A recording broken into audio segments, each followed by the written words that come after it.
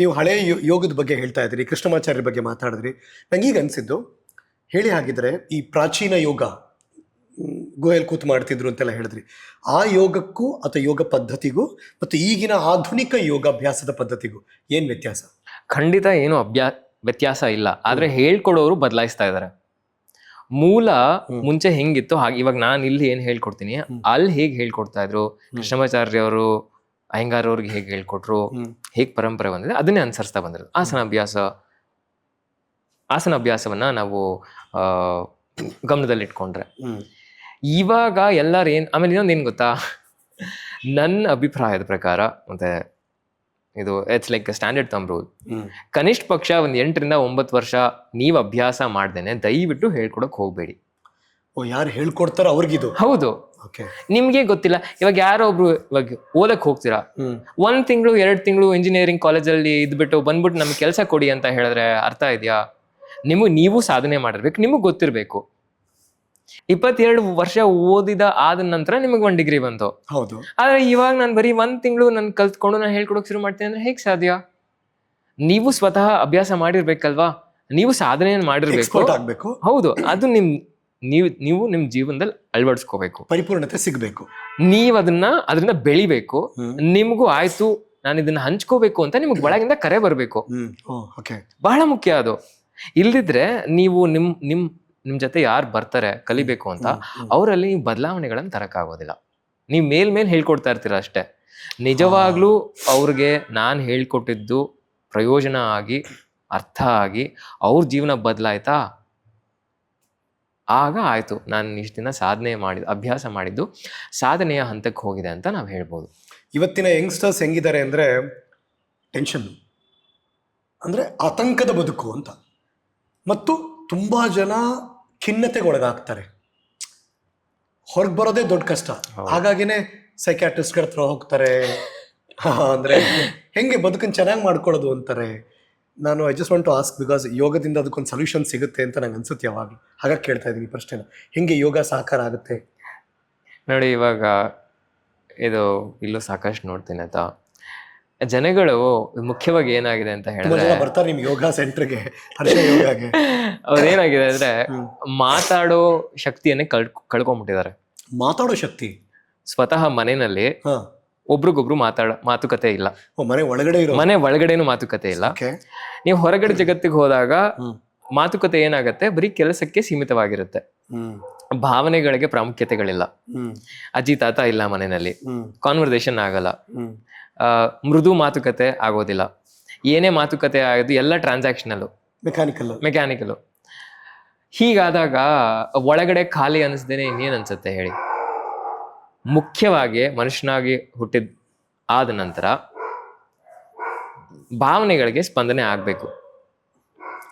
ಅದು ಸಾಂಸಾರಿಕವಾಗಿ, ಅಂದ್ರೆ ನಾವು ಯಾರ ಜೊತೆ ಹುಟ್ಟು ಬಂದಿರ್ತೀವಿ, ತಂದೆ ತಾಯಿ ಆಗಿರ್ಬೋದು, ಮುಖ್ಯವಾಗಿ ಅಜ್ಜಿ ತಾತ ಆಗಿರ್ಬೋದು, ಮಕ್ಕಳಾಗಿರ್ಬೋದು, ಇವರೆಲ್ಲ ಹೇಗೆ ಕಳೆದೋಗಿದ್ದಾರೆ ಈ ಡಿಜಿಟಲ್ ವರ್ಲ್ಡ್ ಅಲ್ಲಿ ಅಂತ ಹೇಳಿದ್ರೆ, ಅಲ್ಲಿ ಬೇಕಾದ್ರೆ ಗಂಟೆಗಟ್ಲೆ ಸಮಯ ಕಳೀತಾರೆ ಹೊರ್ತು ಬಂದು ನಿಜವಾದ ಜಗತ್ತಲ್ಲಿ ಜನಗಳ ಜೊತೆ ಮಾತಾಡಿ ಅಂತ ಹೇಳಿದ್ರೆ ಆ ಶಕ್ತಿ ಇಲ್ಲ ಅವರಿಗೆ. ಖಾಲಿತನ ಅನ್ನೋದು ಮನೆಯಿಂದ ಶುರುವಾಗ್ತಾ ಇದೆ ಎಲ್ಲರಿಗೂ. ಸತ್ಯವಾಗ್ಲೂ ಹೇಳ್ತೀನಿ, ಇದು ನಾನು ಗಮನಿಸ್ಬಿಟ್ಟು ಹೇಳ್ತಾ ಇರೋದು. ಹೀಗಾದಾಗ ಆ ಖಾಲಿತನ ಇವಾಗ 1-2 ವಾರ ಒಂದು ವಾರ ತಡಿಬಹುದು, 2 ವಾರ ತಡಿಬಹುದು. ತಿಂಗಳಾನ್ಗಟ್ಲೆ ವರ್ಷಾನ್ಗಟ್ಲೆ ಈ ಖಾಲಿತನ ಇತ್ತು ಅಂತ ಹೇಳಿದ್ರೆ ಖಿನ್ನತೆ ಕಾಡುತ್ತೆ. ಸಹಜವಾಗಿ ನನ್ನ ಹತ್ರ ಯಾರ ಹತ್ರ ಹೋಗಿ ನಾನು ಮಾತಾಡ್ಬೇಕಪ್ಪ ಅಂತ ಅನ್ಸಕ್ ಶುರುವಾಗತ್ತೆ. ಇವಾಗ ಈ ಕಾಮಿಡಿ ಕ್ಲಬ್ಗಳು ಶುರುವಾಗ್ತಾ ಇದೆ ಬೆಂಗಳೂರು. ಮುಂಚೆ ಎಲ್ಲ ಇದೆಲ್ಲ ಕಾನ್ಸೆಪ್ಟೇ ಇರ್ಲಿಲ್ಲ. ಇವ್ರು ಇವಾಗ ದುಡ್ಡು ಕೊಟ್ಟು ಹೋಗಿ ಕುತ್ಕೊಂಡು ನಗ್ತಾರೆ. ಮತ್ತೆ ಲಾಫಿಂಗ್ ಕ್ಲಬ್ಗಳು ಇವೆ. ನಾನು ಅದೇ ಅನ್ಕೋತೀನಿ, ಅಯ್ಯೋ ನಕ್ಕಕ್ ನಾ ಅಲ್ಲಿ ಹೋಗ್ಬೇಕಾ ದುಡ್ಡು ಕೊಟ್ಟು? ಅಂದ್ರೆ ಪ್ರತಿನಿತ್ಯ ನಮ್ಮ ಸಮಾಜದಲ್ಲಿ ನಡೆಯುವ ಹಾಸ್ಯಗಳನ್ನ ಗಮನಿಸೋದೇ ಇಲ್ಲ ನಾವು. ಎಷ್ಟು ಸೆನ್ಸ್ ಹೊಟ್ಟೋಗಿದೆ ನಮ್ಗೆ ಅಂತ. ಎಷ್ಟು ನಗ್ತಾ ಇದ್ವಿ ನಾವು ಅವಾಗ ಮುಂಚೆ ಎಲ್ಲ. ನಾನು ಇವಾಗ ಕ್ಲಾಸ್ ಪರ್ಪಸ್ಫುಲ್ ಆಗಿ ನಗಿಸ್ತೀನಿ ಅವ್ರಗಳನ್ನ. ಯಾಕೆ ಅವ್ರು ಮರ್ತೇ ಹೋಗಿದಾರೆ ಅದನ್ನ. ಮುಖ ಗಂಟಿಕೊಂಡಿರ್ತಾರೆ, ತಲೆ ಮೇಲೆ ಏನೋ ಭಾರ ಇರೋ ತರ ಫೀಲ್ ಮಾಡ್ತಿರ್ತಾರೆ. ಅಯ್ಯೋ ಟೈಮ್ ಇಲ್ಲ ಅಂತಿದೀವಿ ನಾವೆಲ್ರೂ. ಅದಕ್ಕೆ ಇಲ್ಲಿ ಗಡಿಯಾರ ಹಾಕಿಲ್ಲ, ಎಂತದೂ ಇಲ್ಲ. ಹೌದಲ್ಲ, ಎಲ್ಲೂ ಗಡಿಯಾರ ಇಲ್ಲ. ನೀವ್ ಬಂದ್ರೆ ಇಲ್ಲಿ ಸಮಯ ಮರ್ತೋಗ್ಬೇಕು ನೀವು. Very nice. ನಾನು ಈಗ ಅಬ್ಸರ್ವ್ ಮಾಡ್ತಾ ಇದ್ದೆ, ಯಾವಾಗ್ಲೂ ಸಮಯ ನೋಡ್ಕೊಂಡು ಜೀವನ ಮಾಡಿದ್ರೆ ಬದುಕಿರೋದು ಒಂದು, ಸತ್ತೋಗೋದು ಒಂದೇ. ಓಕೆ, ನಮ್ಮೆಲ್ಲರಿಗೂ ಹೇಳ್ಬೋಣ. ನಾನು ಹರ್ಷ ಯೋಗದಲ್ಲೇ ಈ ಶೋ ಮಾಡ್ತಿರೋದ್ರಿಂದ ಅವ್ರು ಹೇಳಿದ ತಕ್ಷಣ ನೋಡ್ತಾ ಇದ್ದೀನಿ ಇಡೀ ಹಾಲ್ ತುಂಬಾ. ಇಲ್ಲೊಂಥರ ಪ್ರಶಾಂತವಾಗಿದೆ, ಏನೋ ಒಂಥರ ಲೈಕ್ ನಾನು ಬಂದ ತಕ್ಷಣ ಅವ್ರಿಗೆ ಹೇಳ್ತಿದ್ದೆ, ಸರ್ ಎಷ್ಟು ಚೆನ್ನಾಗಿದೆ, ಒಂಥರ ಫೀಲಿಂಗ್, ಒಂಥರ ಆ, ಅಂದ್ರೆ ಶಾಂತಿ ಥರ ಫೀಲ್ ಆಗುತ್ತೆ ಇಲ್ಲಿ ಅಂತ. ಬಹಳ ಮುಖ್ಯ ಅದು. ನೀವು ಬಂದ್ರೆ ಸಮಯ ಮರಿಬೇಕು. ಇವಾಗ ನೀವೇ ನೋಡಿ ಹರ್ಷದ್, ಪ್ರತಿ ಒಂದು ಕೆಲಸವನ್ನು ನೀವು ಅನುಸರಿಸ್ಬೇಕಾದ್ರೆ ನೀವು ಗಡಿಯಾರ ನೋಡ್ಕೊಂಡು ಮಾಡಿದ್ರೆ ನೆಮ್ಮದಿಯಾಗಿರಕ್ಕಾಗತ್ತಾ? ಸಾಧ್ಯ. ಟೈಮ್ ಆಯ್ತು ನೆಕ್ಸ್ಟ್ ಏನು? ಇವಾಗ ತಿನ್ನ ಕಾರ್ಯವನ್ನು ಸಮಯಕ್ಕೆ ಸೀಮಿತವಾಗಿ 10 ನಿಮಿಷದಲ್ಲೇ ಊಟ ಆಗ್ಬೇಕು, ಹೆಂಗ್ ಸಾಧ್ಯ? ಸುಮ್ಮನೆ ಊಟ ಮಾಡಲ್ಲ ಎಲ್ರು. ಈಗ ಊಟ ಮಾಡ್ಬೇಕಾದ್ರೆ ಮೊಬೈಲ್ ಆನ್ ಇರ್ಬೇಕು. ಅರ್ಥನೇ ಇಲ್ಲ.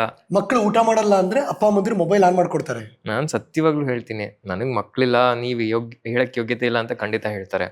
ನೀವ್ ಏನಾದ್ರೂ ನಿಮ್ಮ ಮಕ್ಕಳಿಗೆ ಆಹಾರ ಸೇವನೆ ಮಾಡ್ಬೇಕಾದ್ರೆ ಫೋನು ಅಥವಾ ಎನಿ ಎಕ್ಸ್ಟರ್ನಲ್ ಮೀಡಿಯಾ ಉಪಯೋಗಿಸ್ಕೊಂಡು ನೀವು ಊಟ ಮಾಡಿಸ್ತಾ ಇದ್ರ ಅಂದ್ರೆ ನಿಮ್ಮ ಮಕ್ಕಳು ಹೆರಕ್ಕೆ ನೀವು ಯೋಗ್ಯತೆ ಇಲ್ಲ ಅಂತ ನಾನು ಹೇಳ್ತೀನಿ. ಇವಾಗ ಅಷ್ಟು ಚಿಕ್ಕ ವಯಸ್ಸಲ್ಲೇ ನೀವು ಅವ್ರಗಳಿಗೆ ಈ ಚಿಕ್ಕ ವಿಷಯಗಳನ್ನ ಹೇಳ್ಕೊಡಕ್ಕಾಗಿಲ್ಲ ಅಂದ್ರೆ ಇನ್ ದೊಡ್ಡವರಾಗಿ ನೀವು ಅವ್ರನ್ನ ಸಾಕಿ ಸಲಹಕ್ಕೆ ಸಲಹೆ ಕೊಡ್ತೀರಾ ಅಂತ ಏನ್ ಗ್ಯಾರಂಟಿ? ಅರ್ಧ ಗಂಟೆ ಅವ್ರು ಹೌದು, ಖಂಡಿತ ಮಕ್ಕಳಿಗೆ ಆಹಾರ ಸೇವನೆ ಮಾಡಕ್ಕೆ ಹೇಳ್ಕೊಡೋದು ಕಷ್ಟ. ಜನ್ಮ ಕೊಟ್ಟಿದ್ರೆ ಅದು ನಿಮ್ ಕರ್ತವ್ಯ. ಅದು ಇವಾಗ ನಮ್ಮ ತಾಯಿನೂ ಹೇಳ್ತಾರೆ ಆಯ್ತಾ, ನಾವು ಚಿಕ್ಕವರಾಗಿದ್ದಾಗ ನೀವು ತಿನ್ನಿಸ್ಬೇಕಾರೆ 1 ಅವರ್ 1/4 ಅವರ್ ಆಗೋದು. ಇವಾಗ 5 ನಿಮಿಷದಲ್ಲೇ ಮುಗಿಸ್ಬೇಕು ಅಂತ ಹೇಳ್ತಾರೆ. ಈಗ ನಾನು ಮೊನ್ನೆ ಎಲ್ಲ ಹೋಗಿದೆ ನೋಡಿದೆ, ಆಯ್ತು 5 ನಿಮಿಷದಲ್ಲೇ ತಿಂದ್ರು ಮಕ್ಕಳು. ಆಮೇಲೆ ತಂದೆ ತಾಯಿ ಏನ್ ಮಾಡಿದ್ರು, ಅವ್ರು ಫೋನ್ ಇಟ್ಕೊಂಡು ಕುತ್ಕೊಂಡ್ರು. ಸಹಜವಾಗಿ ಅವ್ರು ಏನ್ ಮಾಡ್ತಾರೆ, ಮಕ್ಳುನು ಅದನ್ನೇ ಅಲ್ವಾ ಅನ್ಸರ್ಸೋದು. ಸೊ ಮಕ್ಕಳುಗಳು ದೊಡ್ಡವ್ರನ್ನ ನೋಡಿ ಫಾಲೋ ಮಾಡ್ತಾರೆ ಸಹಜವಾಗಿ. ಇವಾಗ ಏನಕ್ಕೆಲ್ಲ ಎಲ್ಲ ನನ್ನ ಮಗ ಸ್ಕ್ರೀನ್ ಟೈಮ್ ಜಾಸ್ತಿ ಆಗಿದೆ ಅನ್ನೋ 3ನೇ ಕ್ಲಾಸು 4ನೇ ಕ್ಲಾಸು 4ನೇ ವರ್ಷ 5ನೇ ವರ್ಷಕ್ಕೆಲ್ಲ ಫೋನ್ ಕೊಟ್ರೆ ಅದು ಮಕ್ಕಳ ಪ್ರಾಬ್ಲಮ್ಮಾ ತಂದೆ ತಾಯಿ ಪ್ರಾಬ್ಲಮ್ಮಾ?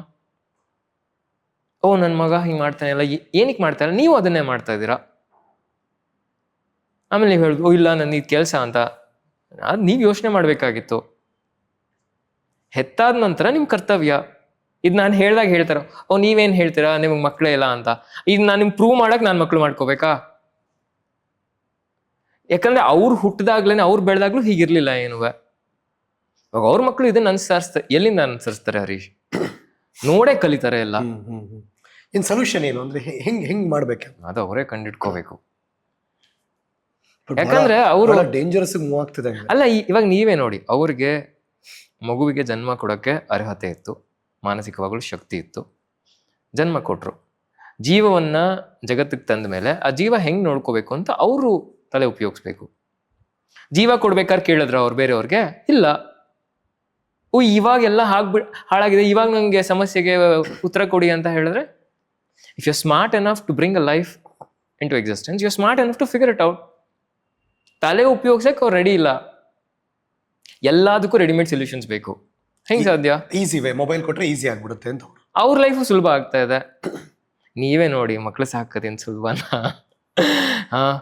ಎಷ್ಟು ಸಮಯ ಹೋಗುತ್ತೆ ಅದಕ್ಕೆ. ಇಲ್ಲ, ತುಂಬಾ ಜನರ ಮನೆಯಲ್ಲಿ ಈ ಪ್ರಾಬ್ಲಮ್ಮು ತುಂಬಾ ಜನರಿಗೆ ಇವಾಗ ಅರ್ಥ ಆಗಲ್ಲ. ಬಹುಶಃ ಲೇಟರ್ ಡೌನ್ ದ ಲೈನ್ ಅನುಭವಿಸ್ಬೇಕಾಗುತ್ತೆ ಎಲ್ರಿಗೂ ಅನಿಸ್ತಿದೆ ನಂಗೆ. ಬಹಳ ನಾನು ಯೋಚನೆ ಮಾಡ್ದೇನೆ ತಲೆ ಕೆಟ್ಟೋಗೋದು ನನಗೆ. ಹೆಂಗ್ ಬದುಕ್ತಾ ಇದಾರೆ ಅಂತ. ಸರ್, ದೊಡ್ಡವರಿಂದ ನಮ್ಮನ್ನು ಸೇರಿಸಿ ಹೇಳ್ತೀನಿ.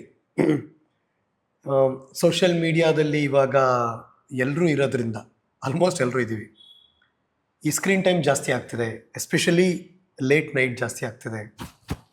ಆಮೇಲೆ ತುಂಬ ಜನರಿಗೆ ಈಗ ಕಾಡುತ್ತಿರುವಂಥ ಪ್ರಶ್ನೆ, ನಮಗೆ ನಿದ್ದೆ ಬರ್ತಿಲ್ಲ. ನಿದ್ರಾಹೀನ ಸ್ಥಿತಿ ಇದೆಯಲ್ಲ, ಅದು ಆರೋಗ್ಯದ ಮೇಲೆ ತುಂಬ ಪರಿಣಾಮ ಬೀರ್ತಾ ಇದೆ. ಸೊ ಯೋಗದಿಂದ ಇದಕ್ಕೊಂದು ಸೊಲ್ಯೂಷನ್ ಇದೆಯಾ? ಖಂಡಿತ. ಮುಖ್ಯವಾಗಿ ನಾನು ಹೇಳ್ತೀನಿ, ಇವಾಗ ನಾನು I am very active on social media. ಆಯ್ತಾ, ಎಲ್ಲ ಕಡೆ ನಾನು ಕಾಂಟೆಂಟ್ಗಳನ್ನ ಎಲ್ಲ ಶೇರ್ ಮಾಡ್ತೀನಿ. ಕರೆಕ್ಟು. 6 ಗಂಟೆ ಸಾಯಂಕಾಲ 6:15 ಅಷ್ಟೇ ಮ್ಯಾಕ್ಸಿಮಮ್ ನಾನು ಯಾರಿಗಾದ್ರೂ ಸಿಗೋದು ಹೊರಗಿನ ಜಗತ್ತಿಗೆ. ಅವರು ಲಿಟ್ರಲಿ ಫೋನ್ ಸ್ವಿಚ್ ಆಫ್ ಮಾಡ್ತಾರೆ. ಲಿಟ್ರಲಿ ನಾನು ಅವ್ರನ್ನ ಕಾಂಟ್ಯಾಕ್ಟ್ ಮಾಡಬೇಕು ಅಂತ ಒಂದಿನ ಟ್ರೈ ಮಾಡಿದಾಗ ಅವರು ಸ್ವಿಚ್ ಆಫ್, ಅಂದರೆ ಸಿಕ್ತಿಲ್ಲ. ನಾನು 2-3 ಸರಿ ಟ್ರೈ ಮಾಡಿದೆ. ಆಮೇಲೆ ಒಂದಿನ ಸಿಕ್ಕರು ನನಗೆ, ಸರ್ ಹೀಗೆ ಅಂದೆ. ಅವರಂದರು, ಈ ಸಮಯದಿಂದ ಈ ಸಮಯಕ್ಕೆ ನನ್ನ ಮೊಬೈಲ್ ವರ್ಕ್ ಆಗಲ್ಲ ಅಂದರು. ಓ ಮೈ ಗುಡ್ನೆಸ್, ಅಂದರೆ ಲೈಫ್ನ ಹಾಗೆ ಇಟ್ಕೊಂಡಿದ್ದಾರೆ ಅವರು. ಖಂಡಿತ. ಗೋ ಹೆಡ್. ಬಹಳ ಮುಖ್ಯ ಅದು. I drawn very strong lines. ಆಯ್ತಾ, ನೀವ್ ಹೇಳ್ತೀರ ಎಮರ್ಜೆನ್ಸಿ ಇರುತ್ತೆ, ಯಾರೇನೋ ಎಂತದೂ ಆಗಲ್ಲ. ಯಾರೋ ನೋಡ್ತಿರೋರು ಯೋಚನೆ ಮಾಡ್ತಿರ್ಬೋದು, ಖಂಡಿತ ಏನ್ ಬಿಡಪ್ಪ, ನಮ್ ಲೈಫ್ ಬೇರೆ ತರ. ಎಂತದು, ಎಲ್ಲಾರ ಲೈಫು ಒಂದೇನೆ, ಏನು ವ್ಯತ್ಯಾಸ ಇಲ್ಲ.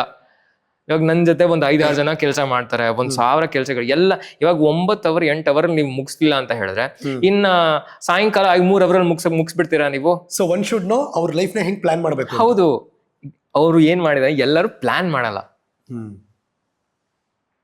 ನೀವೇ ಯೋಚನೆ ಮಾಡಿ ಹರೀಶ್ ಅವ್ರೆ, ಸಾಧ್ಯ 9 ಅವರ್ 10 ಅವರ್ ಆಗದಿರೋದು ಇನ್ ಕೊನೆ 2 ಅವರ್ ಮಲ್ಕೋಬೇಕಾಗುತ್ತಾ? 3 ಅವರಲ್ಲಿ ಆಗುತ್ತಾ? ಆಗಲ್ಲ. ಅದು ಡ್ರ್ಯಾಗ್ ಆಗ್ಬಿಡುತ್ತೆ. ಹಿಂಗೇನೋ ಹಿಂಗ್ ನೋಡ್ತಿರ್ತೀವಾ, ಇನ್ನದು 1 ಅವರ್ ಆದ್ರೂ ಗೊತ್ತಿರಲ್ಲ, 2 ಅವರ್ಸ್ ಆದ್ರೂ ಗೊತ್ತಿರಲ್ಲ. ಇವಾಗ ನಂದು ಇಡೀ ಫ್ಲೋರಲ್ಲಿ ನನ್ನ ಮನೇಲಿ ಇಂಟರ್ನೆಟ್ ಇಲ್ಲ, ನಾನು ಇರೋ ಜಾಗದಲ್ಲಿ ಇಲ್ಲ. ನನ್ನ ಇಡೀ ಫ್ಲೋರಲ್ಲಿ ಏನ್ ಗ್ಯಾಜೆಟ್ಸು ಇಲ್ಲ. ಹೋದ್ರೆ ಏನ್ ಮಾಡ್ತೀರಾ ಅಂತ ಬದುಕ್ತೀನಿ ನಾನು ನನ್ನ ಮನೆಯಲ್ಲಿ. ನೈಸ್. ಇವರು ಹಾಸಿಗೆಗೆ ಹೋದ್ರು ಫೋನ್ ತಗೊಂಡು ಮುಖದ ಮುಂದೆ ಇಟ್ಕೊಂಡು ಮಲ್ಕೋತಾರೆ. ನಿದ್ರೆ ಎಲ್ಲಿಂದ ಬರ್ಬೇಕು? ಇವಾಗ ಅಟ್ ಪ್ರೆಸೆಂಟ್ ಮೂಮೆಂಟ್ ಒಂದು ಮುಖ್ಯ ಕಾರಣ ಈ ನಿದ್ರಾಹೀನತೆ ಸ್ಥಿತಿಗೆ ಹೋಗ್ತಾ ಇರೋದು ಇದೇ ಕಾರಣ. ಮಲ್ಕೊಳ್ಳೋ ತನಕ ನೋಡ್ತಾರೆ, ಆಮೇಲೆ ಹಾಸಿಗೆ ಮೇಲೆ ಹೋದ್ಮೇಲೂ ತಗೊಂಡು ಹೋಗ್ತಾರೆ ಫೋನನ್ನ. ಅಲ್ಲೂ ನೋಡ್ತಾ ಇರ್ತಾರೆ. ಇವು ಮಧ್ಯರಾತ್ರಿ ಯಾವಾಗಲೂ ಎಚ್ಚರ ಆಯ್ತಾ ತಕ್ಷಣ ತಗೊಳ್ಳೋದು. ಮನಸ್ಸಿಗೂ ದೇಹಕ್ಕೂ ಎಷ್ಟು ಬೇರ್ಪಡಿಕೆ ಆಗ್ತಾ ಇದೆ ಅಂತ ಹೇಳಿದ್ರೆ ಇದು ಉಪಯೋಗಿಸೋದ್ರಿಂದ ಅವರು ಅದರಿಂದ ಹೊರಗೆ ಬರೋಕ್ಕೆ ಅವ್ರಿಗೆ ಹೆಂಗ್ ಬರ್ಬೇಕು ಅಂತಾನೆ ಗೊತ್ತಾಗ್ತಾ ಇಲ್ಲ. ಯಾಕಂದ್ರೆ ಗೊತ್ತಿಲ್ದೇನೆ ಚಕ್ರವ್ಯೂಹಕ್ಕೆ ಸಿಲ್ಕೊಂಡ್ಬಿಟ್ಟಿದ್ದಾರೆ ಅವರು. ಅಡಿಕ್ಷನ್ ಆಗೋಗಿದೆ. ನನಗೆ ಕೇಳಿದ್ರೆ ಒಂದು ಮುಖ್ಯವಾಗಿ ಫಸ್ಟು ಇಂಟರ್ನೆಟ್ ತೆಗೆದು ಬಿಸಾಕಿ ಮನೆಯಲ್ಲಿ. ನಿಗದಿತವಾದ ಸಮಯ ಇಟ್ಕೊ. ಇದು ಈಗಿನ ಕಾಲಕ್ಕೆ ಮಾತ್ರ ಸೀಮಿತ. ಇದು ನಾನು ಅನ್ಸಲ್ಲ, ಯಾಕಂದ್ರೆ ನಮ್ದು ಅದು ಮುಗ್ದೋಗಿದೆ. ಇವ್ರು ಯಾರ್ಯಾರಿಗಾಗತ್ತೆ ಅದು 9 ಗಂಟೆ 10 ಗಂಟೆಗೆ ಏನೋ ಮಲ್ಕೋತೀರಾ, 3 ಅವರ್ಕಿನ್ನ ಮುಂಚೆ ಏನೋ ಹೊರಗಿನ ಪ್ರಪಂಚದ ಮುಖ್ಯವಾಗಿ ಫೋನ್ ಮುಖಾಂತರ ಏನೇನು ನಿಮ್ಗೆ ಕನೆಕ್ಷನ್ಸ್ ಇರುತ್ತೆ ಅದೆಲ್ಲ ಸ್ಥಗಿತವಾಗಬೇಕು.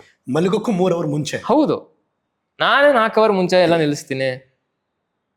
ನಾನು ಬೆಳಗ್ಗೆ 10 ಗಂಟೆಗೆ ಸ್ಟಾರ್ಟ್ ಆಗೋದು ನನ್ನ ಫೋನ್ ಎಲ್ಲ, ಸಾಯಂಕಾಲ 6 ಗಂಟೆ. ಯಾರ್ಯಾರು ಬೇಕೋ ಯಾರಾದ್ರೂ ಆಗಿರ್ಬೋದು ಅದು. ಇವಾಗೆಲ್ಲ ಹೇಳ್ತಾರೋ ಬೇರೆಯವ್ರಿಗೆ ಪ್ರಾಮುಖ್ಯತೆ ಕೊಡ್ತಾ ಇದ್ರೆ ನಾನು ಯಾವಾಗ ಪ್ರಾಮುಖ್ಯತೆ ಕೊಟ್ಕೊಳ್ಳೋದು? ನಿಮ್ಗೂ ಗೊತ್ತು, ಯಾರು ನಾವು ಹೋಗ್ಬೇಕಾದ್ರೆ ಬರಲ್ಲ ನನ್ನ ಜೊತೆಗೆ, ಮತ್ತೆ ಇದ್ದಾಗ ನಾನು ಯಾಕೆ ಅವ್ರಿಗೆ ಇಂಪಾರ್ಟೆನ್ಸ್ ಕೊಡ್ಬೇಕು? ಸೊ ಏಜ್ ಇದ್ದಾಗ ತುಂಬಾ ಜನ ಗೊತ್ತಾಗಲ್ಲ, ವಯಸ್ಸಾದಾಗ ಏನೋ ಕಾಡ್ತೀವಿ ಅಂತ. ಇವಾಗ ನಾನು ಪ್ರತಿದಿನ ನೆಮ್ಮದಿಯಾಗೆ ಮಲ್ಕೊಂಡು ನೆಮ್ಮದಿಯಾಗಿ ಎದ್ದು ಪೂರ್ತಿ ಫ್ರೆಶ್ ಆಗಿ ಪರಿಪೂರ್ಣತೆಯಿಂದ ನನ್ನ ದಿನವನ್ನು ಶುರು ಮಾಡ್ಬೇಕು ನಾನು. ಅದು ನೀವು ಹೊರಗಿನ ಪ್ರಪಂಚಕ್ಕೆ ಅಂಟ್ಕೊಂಡಿದ್ರೆ ಸಾಧ್ಯನೇ ಇಲ್ಲ. ಹಂಗಂತ ಹೇಳಿ ಇವ್ರು ಯೋಗ ಮಾಡ್ತಾ ಇದಾರೆ ಅದಕ್ಕೂ ಇದಕ್ಕೂ ಎಂಥದ್ದು ಸಂಬಂಧ? ಇದು ಬೇಸಿಕ್ ಹ್ಯೂಮನ್ ಕಾಮನ್ ಸೆನ್ಸ್ ಅಂತ ಹೇಳ್ಬೋದು. ಎಲ್ಲ ನಾನು ತಿಳ್ಕೊಬೇಕು, ನೀವು ಹೇಳ್ತಿರೋದ್ರಿಂದ ನಮಗೂ ಅದು ಅನ್ವಯಿಸುತ್ತೆ. ಬಿಕಾಸ್ ನಾವು ಎಲ್ಲ ಓಡಾಡ್ತಾನೆ ಇರ್ತೀವಲ್ಲ, ಈ ತರ ಬಹಳ ಮುಖ್ಯ. ಮಲ್ಕೊಳ್ತೀನ, ಅದಕ್ಕಿಂತ ಮುಂಚೆ ಓದ್ತೀನಿ, ಆ ಸಮಯ ಕಳಿತೀನಿ ತಂದೆ. ಇವಾಗ ಯಾರು ನೀವು ಮುಂಚೆ ಗಮನಿಸಿದಿರ, ಊಟ ಮಾಡಿದ್ಮೇಲೆ ಕೂತು ಮಾತಾಡ್ತಾ ಇದ್ವಿ, ನಿಂತೇ ಹೋಗಿದೆ. ಇವರು ಊಟದ ಟೇಬಲ್ ಮೇಲೂ ಫೋನ್ ತಂದಿರಲ್ಲ. ಇನ್ನ ಇವ್ರಿಗೆ ಏನ್ ಹೇಳಕ್ಕಾಗತ್ ನಾನು? ನಿಮ್ಗೂ ಗೊತ್ತು, ಮನುಷ್ಯ ಅನ್ನೋ ಒಂದೇ ಪ್ರಾಣಿ ಇಡೀ ಜಗತ್ತಲ್ಲಿ ಕತ್ಲೆ ಆದ್ಮೇಲೆ ಊಟ ಮಾಡೋದು ಇವತ್ತಿಗೂ. ಬೇರೆ ಯಾವ ಪ್ರಾಣಿನೂ ಕತ್ಲೆ ಆದ್ಮೇಲೆ ಊಟ ಮಾಡಲ್ಲ, ಸೂರ್ಯ ಮುಳುಗಿದ್ಮೇಲೆ ಊಟ ಮಾಡಲ್ಲ. ಇಲ್ಲ, ಮನುಷ್ಯರು ಮಾತ್ರ 8 ಗಂಟೆ ಆಯ್ತು, 9 ಆಯ್ತು, 10 ಆಯ್ತು, 11 ಆಯ್ತು, 12 ಆಯ್ತು, 2 ಗಂಟೆ ಆದ್ರೂ ತಿಂತಾನೆ ಇರ್ತಾರೆ. 2 ಗಂಟೆ ತನಕ ನಾವು ಹೋಟ್ಲು ಓಪನ್ ಮಾಡಿರ್ತೀವಿ ಮಧ್ಯರಾತ್ರಿ. ಸೊ ನೀವ್ ಹೇಗ್ ಮಾಡಿದೀರಾ ಅಂದ್ರೆ ಜಗತ್ತಲ್ಲಿರೋ ಎಲ್ಲಾ ಜೀವಿಗಳಕ್ಕಿನ್ನ ನಾನು ತುಂಬಾ ಉತ್ತಮ ಅಂತ ನೀವೇ ಘೋಷಿಸ್ಕೊಂಡ್ಬಿಟ್ಟಿದ್ದೀರಾ ಎಲ್ಲ. ಯಾರು ತಪ್ಪಿದು? ಸೊ ಕತ್ಲೆ ಆಗಕ್ ಮುಂಚೆ ತಿಂದ್ರೆ ಆರೋಗ್ಯ ಚೆನ್ನಾಗಿರುತ್ತೆ. ಹೌದು, ಸೂರ್ಯ ಉದಯ ಆಯ್ತಾ, ನಿಮ್ಮಲ್ಲಿರೋ ಸೂರ್ಯ ಕೆಳಗೆ ಹೋಗ್ತಾನೆ ಅಂದ್ರೆ ಶಕ್ತಿ ಮುಗಿಸ್ಬೇಕು ಅವಾಗೆಲ್ಲ. ಇವ್ರು 9 ಗಂಟೆ 10 ಗಂಟೆ 11 ಗಂಟೆ 12 ಆದ್ರೂ ತಿಂತಾನೆ ಇರ್ತಾರೆ. ನೈಟ್ ಲೈಫ್ ಅವ್ರು ಯಾರೋ 3 ಗಂಟೆ ಬಿರಿಯಾನಿ 4 ಗಂಟೆ. ನಾನು ಅನ್ಕೊಂಡೆ ಯಪ್ಪ ಇವ್ರಿಗೆಲ್ಲ ಏನ್ ಹೇಳದ್ ನಾನು. ಅರ್ಲಿ ಮಾರ್ನಿಂಗ್ 3 ಗಂಟೆ ಬಿರಿಯಾನಿ ಕರೆಕ್ಟ್, ಅದೆಲ್ಲ ತುಂಬಾ ದೂರ ಏನ್ರಿ ಮಾಡ್ಬೇಕು ಬೆಳಗ್ಗೆ ಜಾವ ಎದ್ಬಿಟ್ಟು. ಸರ್ ಕ್ಯೂ ನೋಡ್ಬೇಕು ನೀವಲ್ಲಿ.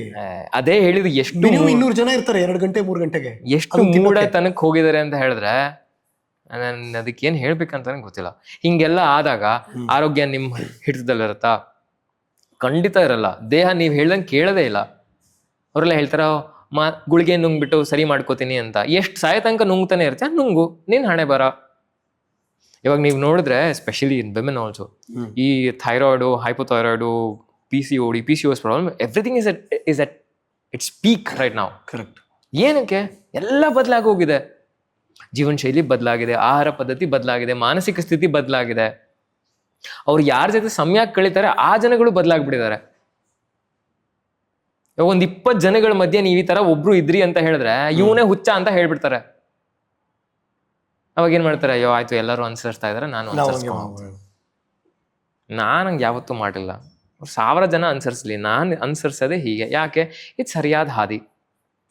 ನಿಮ್ಮನ್ನ ಇಂಪ್ರೆಸ್ ಮಾಡೋಕ್ಕೆ ನಾನು ಅನುಸರಿಸ್ಕೊಂಡು ನನ್ನ ದೇಹ, ನನ್ನ ಮನಸ್ಸು, ನನ್ನ ತತ್ವಗಳನ್ನು ನಾನು ಸ್ಯಾಕ್ರಿಫೈಸ್ ಮಾಡೋಕ್ಕಾಗೋದಿಲ್ಲ ಅಲ್ವಾ? ಇವರೆಲ್ಲ ಸೋಷಿಯಲ್ ವ್ಯಾಲಿಡೇಷನ್ ಎಷ್ಟರ ಮಟ್ಟಿಗೆ ಆಗಿದೆ ಅಂತ ಹೇಳಿದ್ರೆ, ಸೋಷಿಯಲ್ ಪ್ರೆಷರಿಂದ ಎಲ್ಲ ಕೆಲಸಗಳನ್ನು ಅನುಸರಿಸೋಕೆ ಶುರು ಮಾಡಿದ್ದಾರೆ. ಇನ್ನು ಅವರು ಸ್ವತಃ ಅವ್ರಿಗೆ ಪ್ರಾಮುಖ್ಯತೆ ಹೆಂಗೆ ಕೊಡೋಕ್ಕಾಗತ್ತೆ ಅವ್ರು ಹೇಳಿ?